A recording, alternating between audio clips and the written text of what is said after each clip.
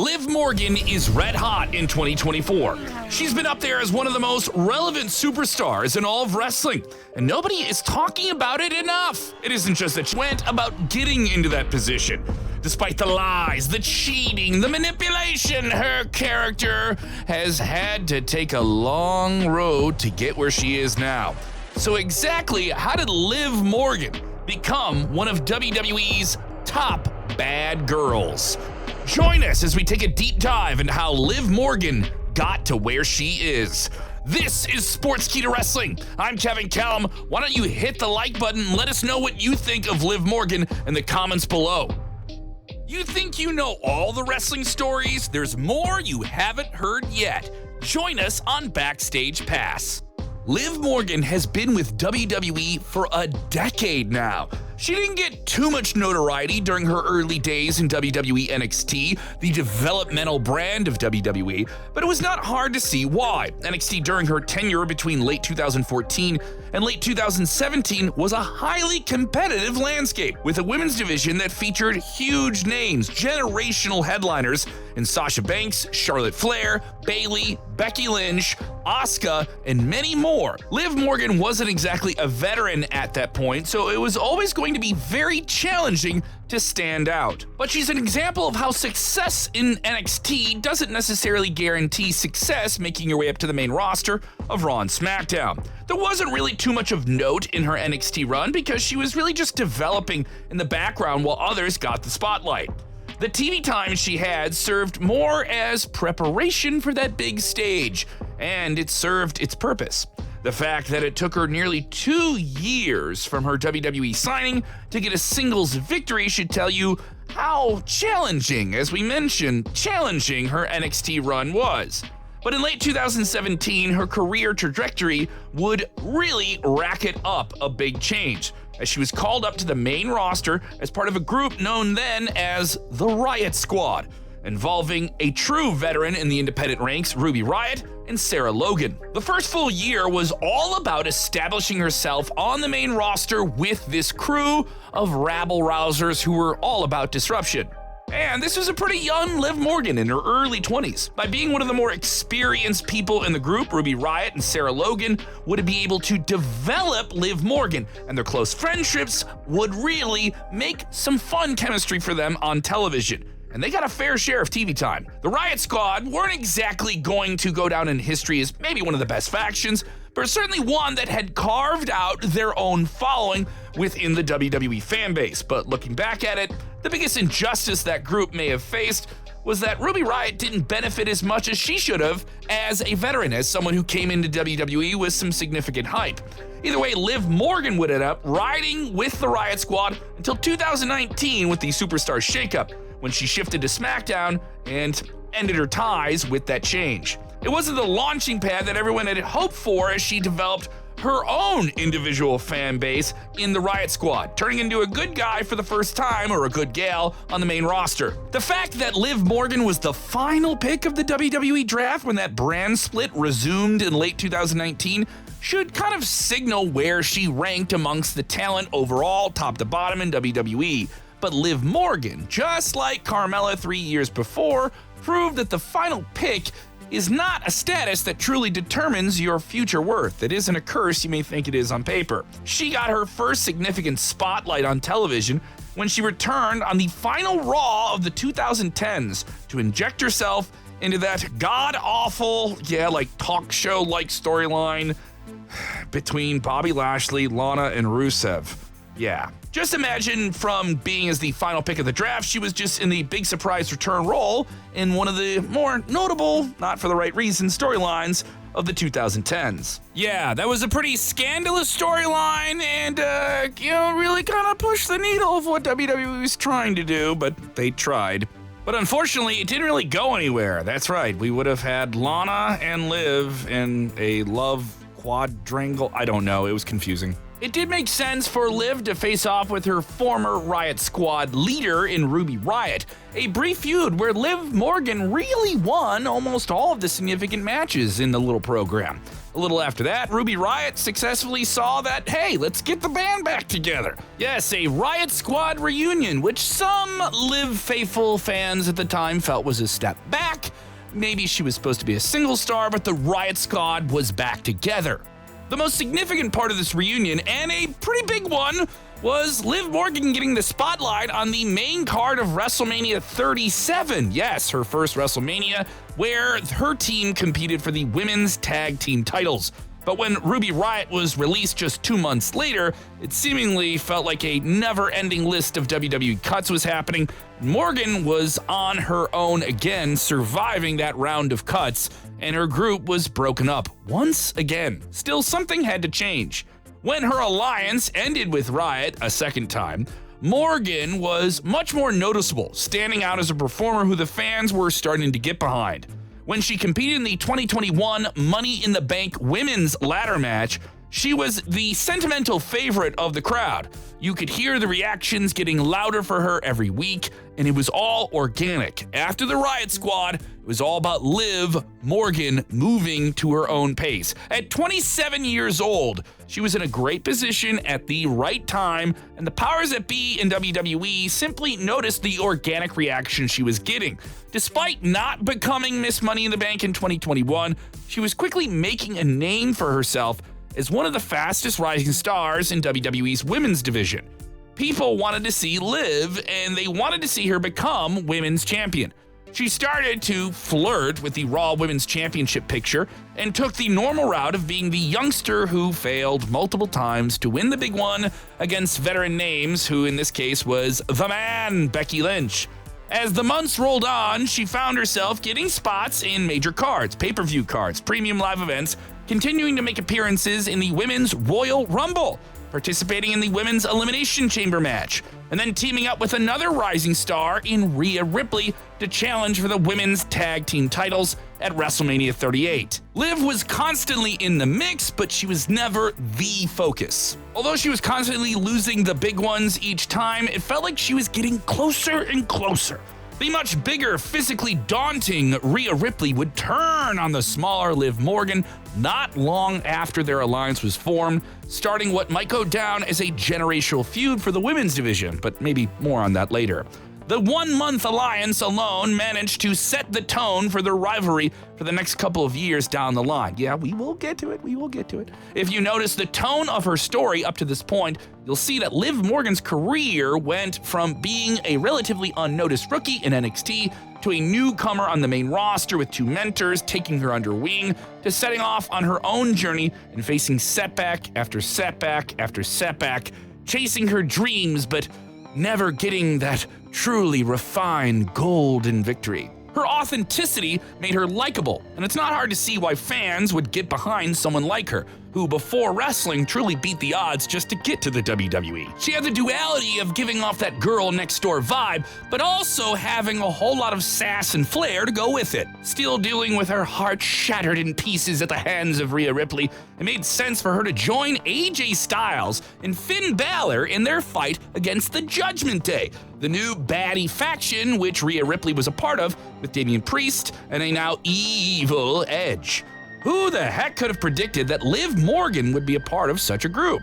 She may have failed in taking out the JD, but she managed to pin Rhea Ripley in a singles match, which was pretty significant because Rhea would go on to have a streak of not getting pinned for over almost 2 years before she was pinned again, and fittingly, it was Liv who would do that. Enough fluctuating between timelines. In 2022, it looked like it was going to be Liv Morgan's year. Seeing how great the responses were for her at the Money in the Bank in 2021, WWE decided to pull the trigger and have her join Carmella, Alexa Bliss, Bayley, Asuka, and Nikki ASH in winning the Money in the Bank women's ladder match. Yeah, she got the contract that would allow her to cash in and get a title shot anywhere, anytime she wanted. They were finally saying it was Liv's time, and she was going to get a guaranteed opportunity to push herself into the title picture. Liv Morgan. This was a breakthrough moment for Liv Morgan. She defeated one of the most certified badass women in the history of WWE. The long road, as Michael Cole proclaimed it, from Elmwood Park, New Jersey, had really come to a big circumstances that were outside of her control meant she was going to have to face other hurdles that only champions have to face. Morgan would not have a clearly defined strong run at first with the title, managing to drag it out and get a kind of returning conflict with Ronda Rousey at SummerSlam, where she would pin the former UFC champion while controversially tapping out at the same time. A dusty finish, if you will. They gave her the image of, yeah, she's having the title, but is she really the champion until Ronda Rousey gets it back? That was the impression some fans had. Yeah, the internet makes some things into an opinion, then they say they're fact, but that's what the talk was. After a successful title defense against Shayna Baszler at the Clash of the Champions, Ronda Rousey came knocking once more, emerging as the #1 contender and beating Morgan in an Extreme Rules match, putting an end to a rather underwhelming title reign in the eyes of many who thought that Morgan could really run with it. Liv was still quite popular at the time, but maybe WWE felt it made sense to highlight Ronda Rousey, a legitimate sports star, since she was the one getting the big bucks anyway. That's just what people said online, so it has to be true, right? It wasn't back to zero, but it was certainly back in line for Liv Morgan. In the 2023 Women's Royal Rumble, she was able to find her way into the multi-woman fray and heal an old wound from Rumble's past in 2019, where she was eliminated, yes, with the fastest woman's elimination in a Royal Rumble match. She wasn't in there long back in 2019, but 2023 was a different story. She was the runner-up to her former rival, former tag team partner, yeah, the one who broke her heart, Rhea Ripley. But she managed to last for a whopping 1 hour and 67 seconds, which was 1 second short of Rhea Ripley, who had the longest time in the Women's Rumble match. Yeah. Back at it with Rhea Ripley. Once again, we'll get to that part. Historically, being the runner-up in the Royal Rumble means you get to do something significantly in the mid-card region in the road to WrestleMania, and some feel that Liv Morgan rejoining the tag team ranks may not have been that, but that doesn't mean that they weren't trying to do something special, pairing her once again with a powerhouse and Raquel Rodriguez, adding some fire to the women's tag team division by winning the titles from the mega powers of Becky Lynch and Trish Stratus on Raw in April of 2023. The yo-yo would go up with Liv Morgan coming back from an attack at the hands of Ronda Rousey and Shayna Baszler to regain the titles. That's something her and Rodriguez got to do, but the yo-yo would go down, suffering yet another untimely shoulder injury, leading to her and Raquel to lose the titles to Chelsea Green and Sonya Deville. Rhea Ripley viciously assaulted Morgan to write her off TV for another extensive period of time, changed Liv Morgan's character forever. The yo-yo had to stop. That pace had to end for Morgan. She had to settle into a lane. And she did, returning at the Women's Royal Rumble in 2024, and was once more the runner-up, with a deserving Bayley getting her moment. But it was another bittersweet moment, and it began a story of Liv Morgan, once again, never being able to win an unfiltered, pristine, golden moment. Yeah, there always had to be an asterisk involved. Even when she did get the big one on that occasion in 2022, you knew there was just something there. There was another huge chip added to the massive chunk already on her shoulder.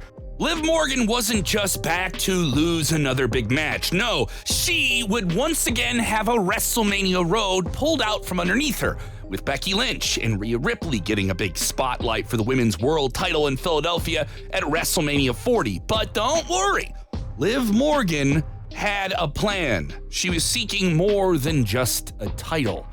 She was seeking all of it, and she was seeking it with revenge on her mind.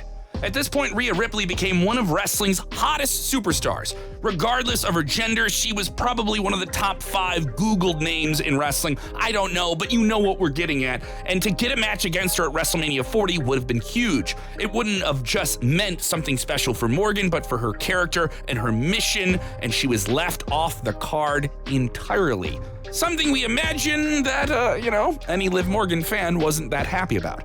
But her time was coming, and it was coming closer than expected. Like I said, revenge was on her mind. Freshly purple-black, dusted with joy in her post-WrestleMania glow on Monday Night Raw, Liv Morgan would attack her from behind, legitimately injuring her, forcing Ripley this time to vacate a title. Her Women's World Championship. That's right, Liv had Rhea lose a title without being in a title match. A championship that she won at WrestleMania 39 more than a year before.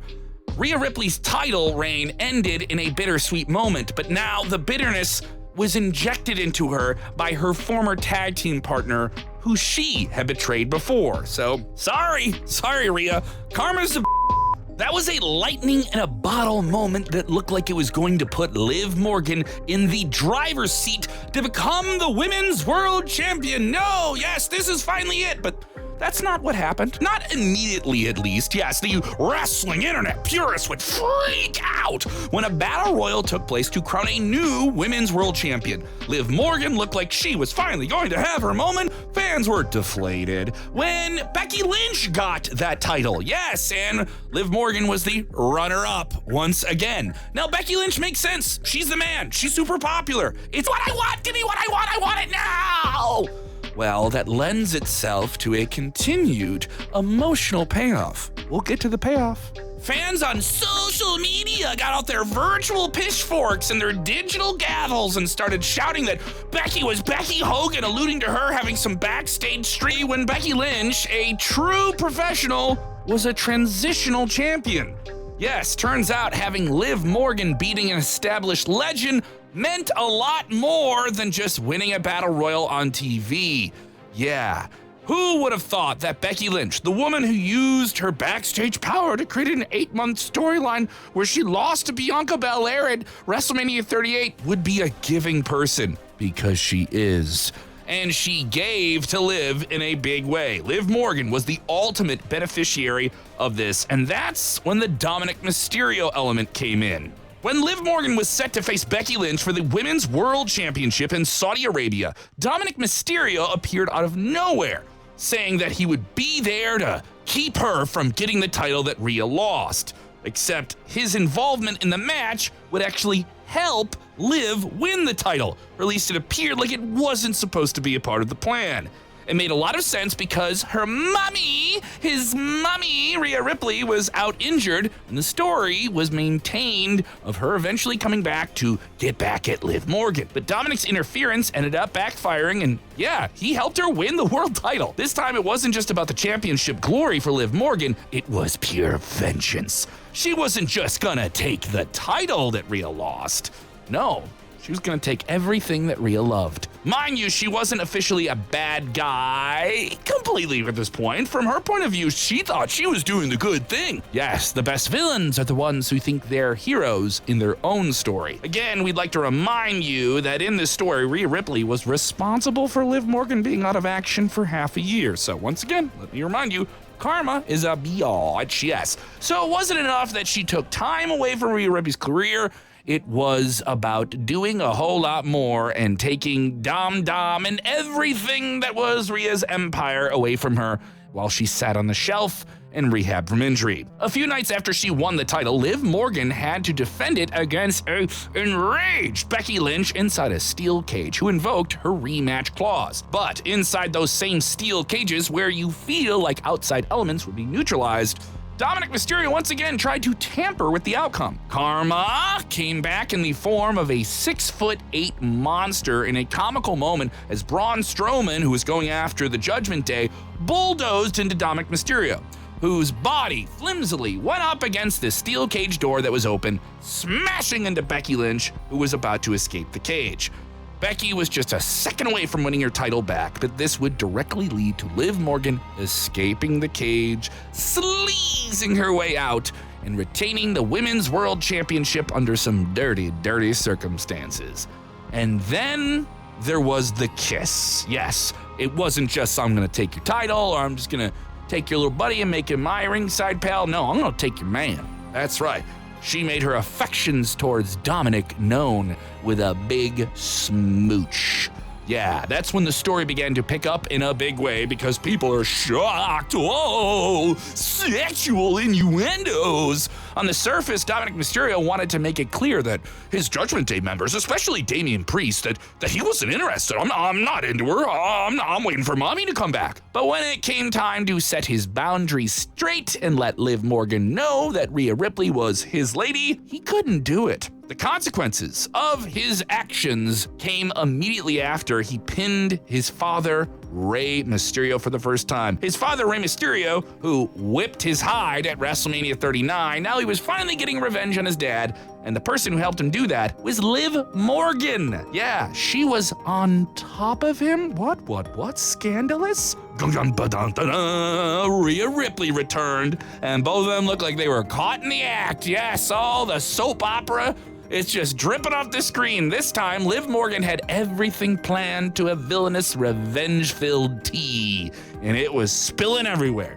Well, Dominic had to make Liv Morgan cry by telling her in front of Rhea the following week on Raw that the world, everyone watching, that he didn't want anything to do with her, and he cussed her out in Spanish. She turned away with her crocodile tears. Oh, it was all just a big phony ruse. A ruse, I say.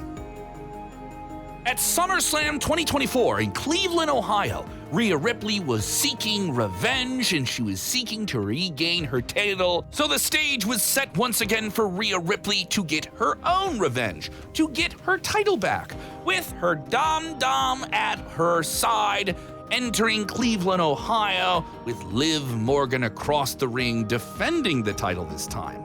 And at last, Dominic truly revealed his true colors. He was directly responsible for Rhea Ripley losing the match. And then the final dagger of betrayal was made. She took Dominic Mysterio away from Rhea Ripley. That's right. He's not your dirty Dom anymore. No. This was one of those big WWE angles that you saw coming miles away, but you didn't care because you just couldn't take your eyes off of it. Later that same night, within the Judgment Day ranks, which were once the faction built around Rhea Ripley, Finn Balor cost another member of the group, Damian Priest, his world title match.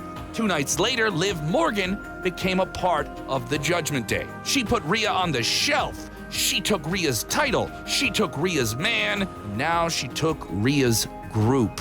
She took everything. Liv Morgan's favorite song around this time may as well have been Chaperone's My Kink Is Karma, because she was getting pretty kinky. In the process of all of this, the Women's World Champion Liv Morgan, with revenge in her sneering eyes, truly became the most despicable figure in WWE's women's division. But when you take a closer look, she never hid her intentions of revenge. She said, I'm on a revenge tour, and the tour really ran through Rhea Ripley country. Does it make her less of a villain? Not really, but at least she's a consistent one. Like I said, the best villains are the ones who think they're the heroes. This time around, there was no doubting just how much she deserved to be world champion. Unlike 2 years before, she wasn't going to be a placeholder. She seized her moment, using consistent character growth, great execution and production from multiple players, and a lot of support from WWE's creative and production teams to establish her as the villain for younger wrestling fans to boo. It isn't the bratty, devious Liv Morgan that began on the main roster 7 years earlier. It was all there. You could see it in the Riott Squad and the Mischief. But this is a colder, more calculated, truly venomous version of Miss Morgan, who has used her years of experience and a thirst for revenge to truly take her place at the top of the wrestling mountain. It'll be exciting to see what happens to her next. Who's the next heart to be broken on Liv Morgan's never-ending revenge tour? How do you feel about Liv Morgan? You've watched this whole video and you can't get into the comments? Come on, let's hear from you. Also, check out these great videos from Sportskeeda Wrestling.